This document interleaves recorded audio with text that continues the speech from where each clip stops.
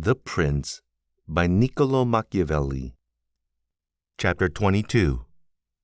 Concerning the secretaries of princes.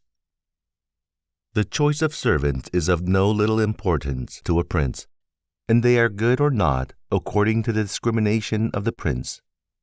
And the first opinion which one forms of a prince and of his understanding is by observing the men he has around him.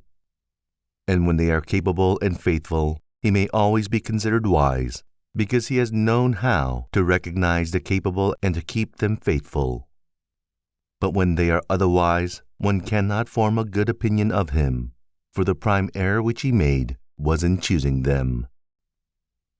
There were none who knew Messer Antonio da Venafro as the servant of Pandolfo Petrucci, Prince of Siena, who would not consider Pandolfo to be a very clever man in having Venafro for a servant. Because there are three classes of intellects, one which comprehends by itself, another which appreciates what others comprehended, and a third which neither comprehends by itself nor by the showing of others. The first is the most excellent, the second is good, the third is useless. Therefore it follows necessarily that, if Pandolfo was not in the first rank, he was in the second. For whenever one has judgment to know good and bad, when it is said and done, although he himself may not have the initiative, yet he can recognize the good and the bad in his servant, and the one he can praise and the other correct.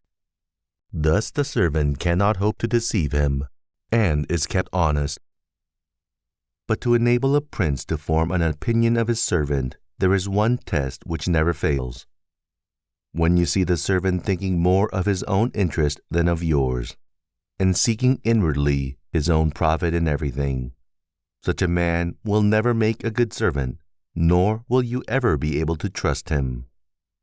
Because he who has the state of another in his hands ought never to think of himself, but always of his prince, and never pay any attention to matters in which the prince is not concerned.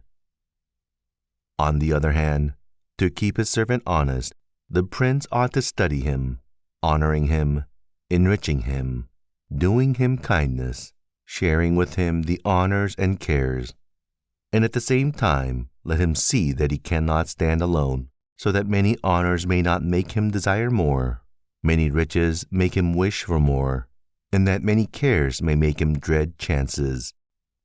When, therefore, servants and princes toward servants are thus disposed, they can trust each other, but when it is otherwise, the end will always be disastrous for either one or the other.